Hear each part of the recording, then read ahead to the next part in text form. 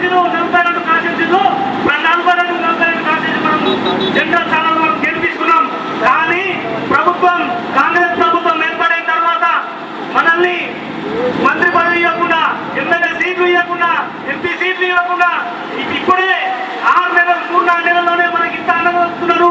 ఇంకా మనం అవకాశం ఇస్తే మనకి ఇంకా ఇబ్బంది చేసే అవకాశం ఉన్నది. కాబట్టి ఈ రోజు నా జాతి తరఫున, నా లంబాడి జాతి తరఫున, నా ఎస్సీ ఎస్టీ బీసీ జాతి తరఫున నేను ముందుకు వస్తున్నా. మన ఓటు మనం వేసుకుంటాం. మన ఓటు మహబూబ్నగర్ పార్లమెంట్ లో 14 లక్షల ఓట్ల 12 లక్షల ఓట్లు, 13 లక్షల ఓట్లు మనమే ఉన్నాయి.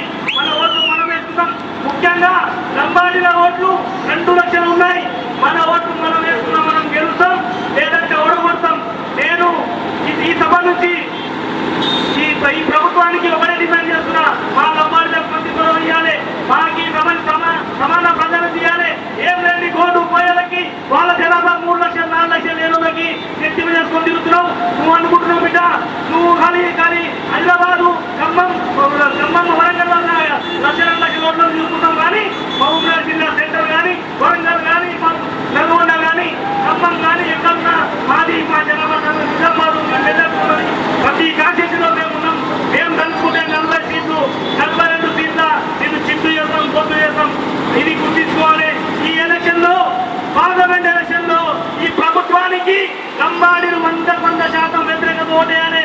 ఒక్క ఓటు మనం వాళ్ళకి వేసినా మనకి ఇంకో 5 సంవత్సరాల వరకు ఎటువంటి ఎలక్షన్ లేదు. ఎమ్మెల్యే ఎలక్షన్స్ అయిపోయినాయి. ఇప్పుడు 15 రోజులు ఎంపీ ఎలక్షన్ కూడా అయిపోతాయి.